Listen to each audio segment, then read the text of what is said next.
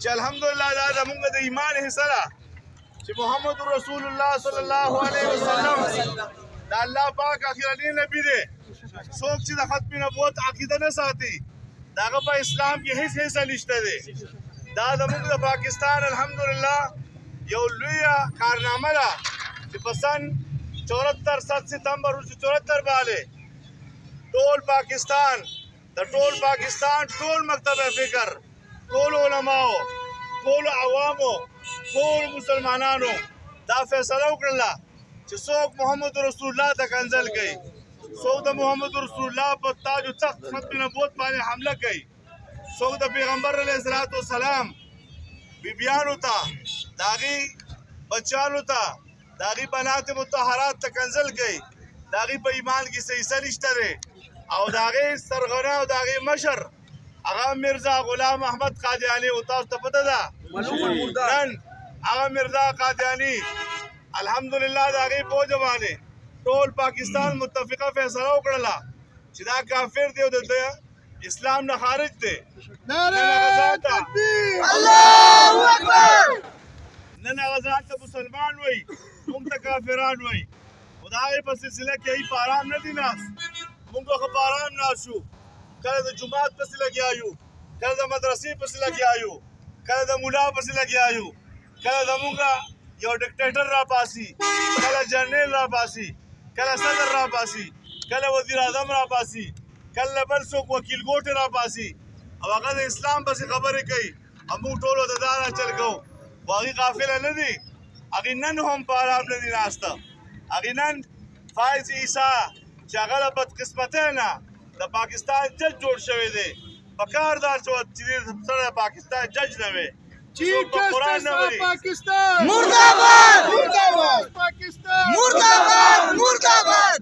څوک په قرآن نه پوهېږي، څوک په حدیث نه پوهېږي، څوک د هغې په پس منظر نه پوهېږي، څوک د هغې په شان ورود نه پوهېږي، څوک د پیغمبر علیه الصلاۃ والسلام د الفاظو په معنا او په حقیقت د هغې په کیفیت او معرفت نه پوهېږي. هغه ته هېڅ حق نشته چې د هغې ملک جج جوړ شي. کم ملک چې د لا اله الا الله په مطلب باندې جوړ شوی دی. او موږ د مخکې دا اورو چې پاکستان کا مطلب کیا لا اله الا الله اور پاکستان کا مقصد کیا محمد رسول اللہ صلی اللہ علیہ وسلم. پاکستان کا مطلب کیا لا الہ الا اللہ پاکستان کا مقصد کیا رسول اللہ رسول اللہ. نن موږ د دې ټولو خلکو په وساتت سره دا مطالبه کوو، جج ته وایو، نصیحت ورته کوو چې ته مسلمان یې، دا ته مسلمان وې، په مسلمان کور کې پیدا یې، زموږ نوکر یې، زموږ نوکر دی که نه دی؟ मुर्दाबाद मुर्दाबाद. موږ ورته دا وایو چې زموږ نوکر یې، هم زموږ نوکر پاتې شه، د بل چا نوکري مه کوه. خدای به در مرګ راولي، جهنم ته ولاړ شي، توبه وباسه او دا خپله فیصله واپس واخله. او تر څو پورې چې دا فیصله نه یې اخیستې د ده پلار به هم لږونه په ارام باندې کېږي. الله اکبر.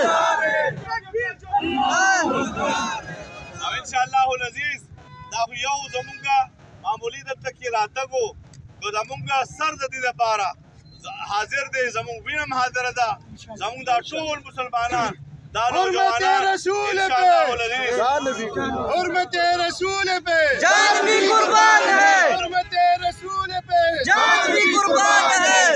تاسو ته صرف اوس دا یو میسج دی، ټول مسلمانان دا نوټ دی چې څومره کولی شئ یو بل ته دې تذکره وکړئ، په سوشل میډیا باندې دا ورکړئ چې مونږ الحمدلله مسلمانان یو، مونږ د پیغمبر علیه السلام غلامان یو، हम बेदार भी है और तैयार भी है इंशाअल्लाह العزیز.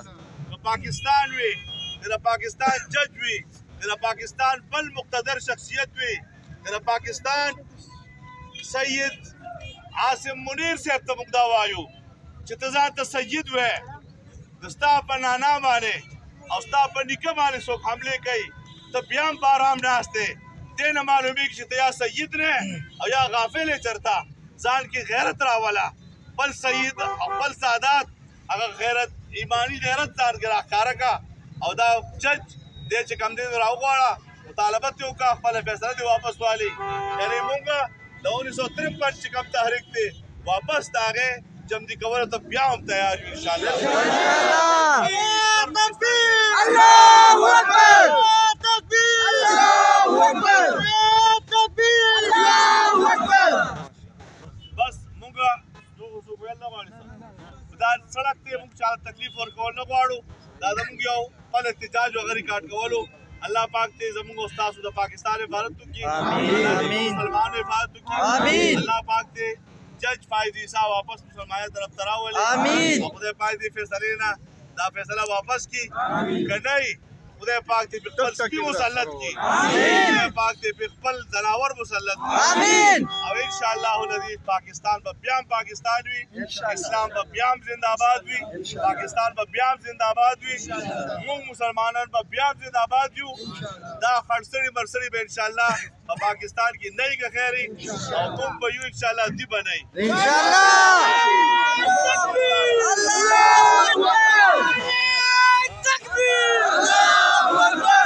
ټول مرګري کوشش وکړي خبره نو بس واپس خپل ځای ته لاړ شي. او د دې مرګرو فاروق صاحب او انتظار خلیل صاحب او دای چې څونه مرګري دي قاری صاحب دي څونه مرګري دي د ټولو نمونه اغستل ته ګران دي. ټولو شکریا ادا کوو. جزاك الله خيرا احسن جزاء. جزاكم الله خير. الله اکبر.